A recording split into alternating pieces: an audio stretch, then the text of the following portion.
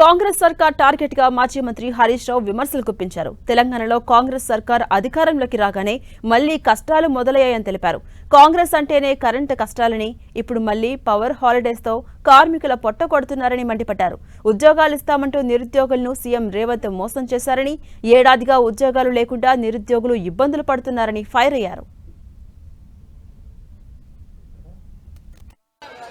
Congress government వచ్చింది, ఏమన్నా ఇచ్చిండా రేవంత్ రెడ్డి? ఏమన్నాడు? 4000 పింఛన్ ఇస్తాను గెలవంగానే అన్నాడు. మన్మడు వచ్చి నీ కాళ్ళు ఒత్తుతాడు అన్నాడు. వచ్చినాయా 4000? మన్మడు ఒత్తిండా కాళ్ళు? అది డోకా చేసిండు. మా మహిళలకు, అక్క చెల్లెలకు నెలకు 2500 జీతం పడ్డట్టు బ్యాంకులు వేస్తా అన్నాడు. ఇంటింటికి బాండ్ పేపర్లు పంచిండ్రు.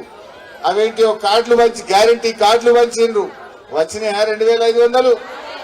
మహిళలకు మోసం. నేను నిన్న తూపురాని పోయినా, ఓ పెంటమ్మ అని కలిసింది. నాకు ఇట్లే పోతుంటే చేయి పట్టుకున్నది. ఏందక్క అన్న, కాంగ్రెస్ వాళ్ళు వచ్చిన బిడ్డ అని 5000 ఇచ్చిండ్రు అన్నది. అయ్యో మరి రేవంత్ రెడ్డి అడగోలు సంపాదించిండే పంపిండేమో తీయని నేనన్నా. లేలే బిడ్డ నేను నీయదు తప్ప అంటే ఏందక్క అన్న. ఏముంది బిడ్డ, ఇప్పుడు నెలకు 2500 ఇస్తా అన్నాడు రేవంత్ రెడ్డి. గవర్నమెంట్ ఎక్కి 26 నెలలు అయింది. 26 నెలలు నెలకు 2500 ఇస్తే 65,000 రూపాయలు ఎక్కాయి. 65,000 అవుతాయి. మరి ఎన్ని వచ్చినాయి?